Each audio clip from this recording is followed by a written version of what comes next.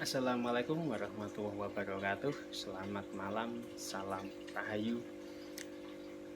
Pada kesempatan ini ini saya mau membahas tentang membahas sebuah tentang tosan aji, khususnya tentang sebuah keris. Dan untuk yang pertama kali yang mau saya bahas, karena ini yang pertama kali saya mau membahas tentang keris dengan dapur brojol. Dapur yang paling sederhana. Mungkin banyak orang yang mengatakan bahwa ini adalah dapur keris untuk sejuta umat. Rinciannya sederhana sekali. Nanti kita akan bahas satu persatu. Kenapa saya memilih untuk membuat dengan dapur brojol adalah dari sisi filosofisnya. Dapur brojol itu kan brojol atau lahir atau permulaan untuk memulai sesuatu. Alangkah itu pilihan yang saya pilih pertama kali untuk memulai pembicaraan pertama kali. Sebelumnya mohon maaf kepada para senior saya yang telah lebih dahulu atau jauh lebih paham tentang keris. Saya tidak berniat untuk menggurui siapapun, tetapi hanya berbagi pengalaman, sharing di sini. Nanti kalau memang ada yang kurang pas atau kurang benar, bisa dikoreksi bisa dituliskan di komen di komentar saya nanti. Juga saya akan berterima kasih untuk masukan buat saya sendiri dan juga untuk siapapun yang menyaksikan untuk belajar bersama. Niatnya adalah berbagi pengalaman, berbagi wawasan, supaya budaya adiluhung ini, budaya tentang tosan aji khususnya perkerisan dan yang lainnya, tetap lestari dan banyak diminati untuk generasi-generasi muda. Saya harap itu. Kemudian dari sisi awal adalah tentang keris. Yang sering terjadi di sana adalah ketika seseorang bicara tentang keris atau tosan aji yang lainnya, pasti yang ditanyakan adalah isinya apa, ada apanya. Khusus untuk saya sendiri pribadi, saya tidak mau membahas sisi yang itu. Saya tidak membahas sisi yang itu karena apa? Ada pepatah yang mengatakan jangan membicarakan sesuatu hal yang Anda sendiri tidak paham. Nah, untuk dunia yang itu, untuk yang itu tadi untuk sisi yang lain itu, karena saya menyadari bahwa saya tidak begitu paham, maka saya tidak akan membahas yang itu. Saya akan membahas dari sisi budayanya saja, supaya bisa mengilhami teman-teman semua yang menyaksikan dan untuk lebih mencintai keris. Begitu. Oke. Yang pertama ini, saya hanya ada sebuah keris mungkin yang tidak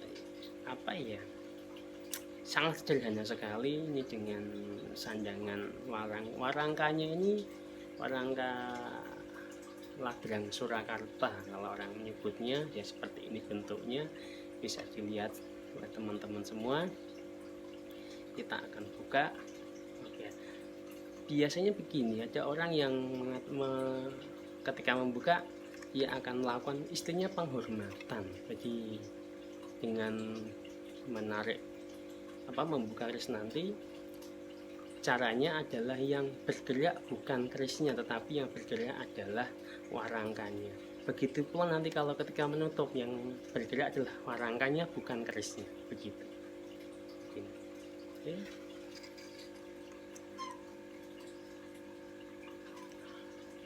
Kemudian kita taruh lagi di samping kepala lah, itu sekitar antara 3-5 detik. Itu untuk apa sih? Untuk menghormati, bukan menyembah, tapi menghormati. Menghormati siapa? Yang pertama kali adalah kita menghormati empu yang telah membuat ini. Ya, terlihat ya, ada sebuah pusaka sederhana, sebuah keris brojol.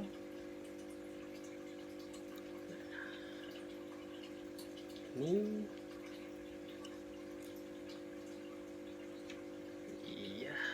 bisa dilihat. Oke. Ini adalah dapur brojol. Estimasinya ini adalah eranya era Madura Sepuh.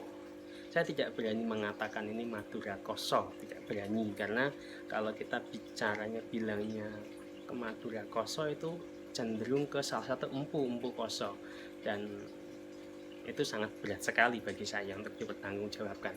Kalau ini saya hanya bisa mengatakan bahwa inilah Madura Sepuh gitu, dengan pamor. Kalau di Madura sih menyebut pamor-pamor seperti ini, di sana disebutnya itu Brahmawatu. Tapi kalau di Jawa bisa aja yang nyebutin itu Sumur Bandung, ada yang menyebutnya malah Brasutah ada. Dengan segaya itulah khasanah kita dalam perkerisan, memang tidak ada yang pasti sih begitu. Walaupun ada pakem-pakem tertentu yang bisa kita lihat, kita pelajari dari banyak buku yang telah beredar begitu. Kenapa ini disebut brojol begitu? Apa sih itu dapur? Dapur itu bentuk atau apa ya yang terlihat? Ya di sini cuman kalau dari sisinya, kenapa seperti ini? Bentuknya pertama gandik logas, ini tuh gandik logas, dia nggak ada kembang kacang dan sebagainya. Recikan kedua itu ini apa namanya, belumbangan, cuman itu saja recikannya begitu. Nanti kalau ada tekal al dan sebagainya nanti sudah berbeda lagi dapurnya itu.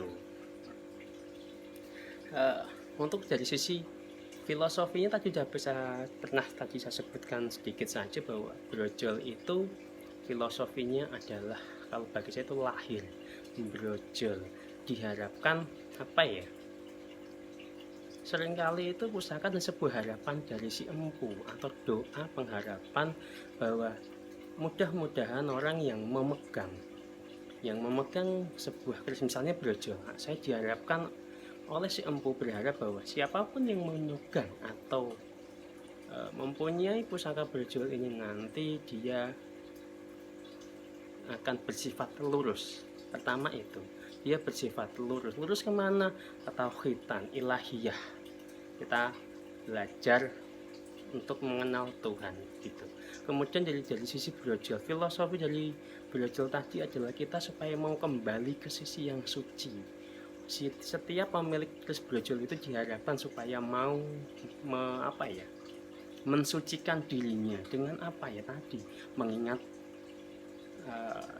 istilahnya firman Tuhan, firman Allah yang sudah diberikan kepada manusia sebagai acuan untuk kita berperilaku yang baik. Begitu saja. Sederhana sekali, tapi bagi saya maknanya luar biasa. Begitu.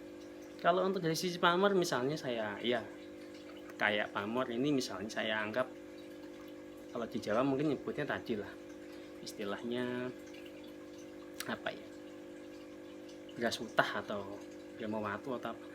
Cuman biasanya begini, si empu itu luar biasa. Empu itu punya beberapa lambang, ya simbolisasi filosofi. Biasanya keris yang bentuk pamornya bundar-bundar itu cenderung melambangkan kerezekian gitu. Diharapkan, bukan kemudian fungsinya begini, bukan, tapi diharapkan ketika si orang itu dengan perlambang brojol itu tadi, dia mau kembali menjadi sifatnya yang suci, dia mau ingat kepada Tuhannya, kepada Allah Subhanahu wa taala, diharapkan dia bisa mendapatkan kelimpahan rezeki begitu. Ya, banyak yang bilang juga kan bahwa rezeki tidak harus berupa uang. Sahabat yang banyak itu juga rezeki, kesehatan itu juga rezeki, keluarga yang sejahtera itu rezeki begitu. Terima kasih, tidak banyak yang tidak bisa saya sampaikan. Kalau ada yang kurang berkenan bisa disampaikan di komentar, saya sampaikan saja. Ini untuk pembelajaran kita bersama supaya kita semakin mencintai budaya leluhur kita dari sisi yang lain, bahwa ini adalah sarana saja, ini adalah budaya yang sudah diakui juga oleh UNESCO. Mari kita lestarikan bersama-sama sebagai jati diri bangsa kita, jangan sampai punah begitu. Sebelumnya saya sarungkan dulu.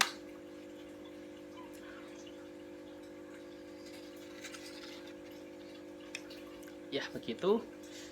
Tadi saya tambahkan sedikit penghormatan untuk barang pusaka itu tadi selain pertama untuk menghormati si empunya, yang kedua kalau ini adalah misalnya ini bukan pusaka milik saya, misalnya ini pusaka teman saya misalnya, bisa mau melihat channel.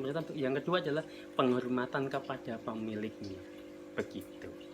Terima kasih dari saya. Assalamualaikum warahmatullahi wabarakatuh. Selamat malam, salam rahayu, semoga semua dalam keadaan yang sehat.